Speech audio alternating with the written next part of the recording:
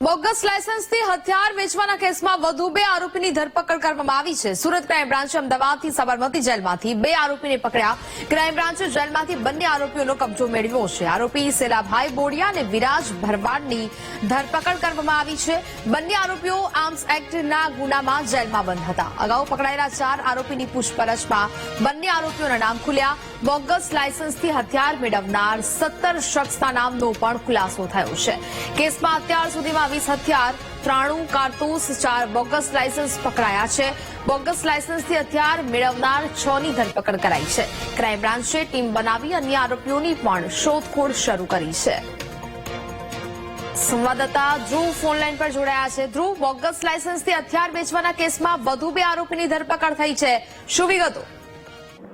બિલકુલ, જે રીતે નાગાલેન્ડથી આ આખું બોગસ રીતે હથિયાર લાયસન્સ મેળવવામાં આવતું હતું તેનો જે પર્દાફાશ થયો હતો તેમાં સુરત ક્રાઇમ બ્રાન્ચ દ્વારા ગુનો નોંધવામાં આવ્યો હતો, જે અંતર્ગત પોલીસ કાર્યવાહી કરી રહી છે। ત્યારે સુરત ક્રાઇમ બ્રાન્ચ પોલીસે વધુ 2 આરોપીની ધરપકડ કરી છે।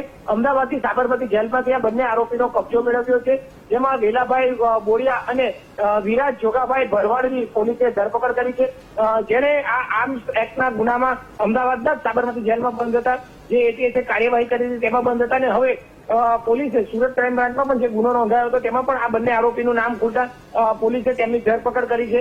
પોલીસે અત્યાર સુધીમાં કુલ 4 જેટલા હથિયાર, 93 કાર્ટીઝ અને 4 બોગસ હથિયાર લાયસન્સ પણ કબજે કર્યું હતું। અને આ સાથે પોલીસે હજુ પણ ઊંડાણપૂર્વકની તપાસ કરી રહી છે। જેમ જેમ નામ બહાર આવી રહ્યા છે તેમ તેમ તમામ આરોપીઓના જે રીતે બોગસ લાયસન્સ લીધા છે તેમની ધરપકડ કરીને કાયદેસરની કાર્યવાહી કરાઈ રહી છે। જી બિલકુલ, જાણકારી બદલ આપનો આભાર।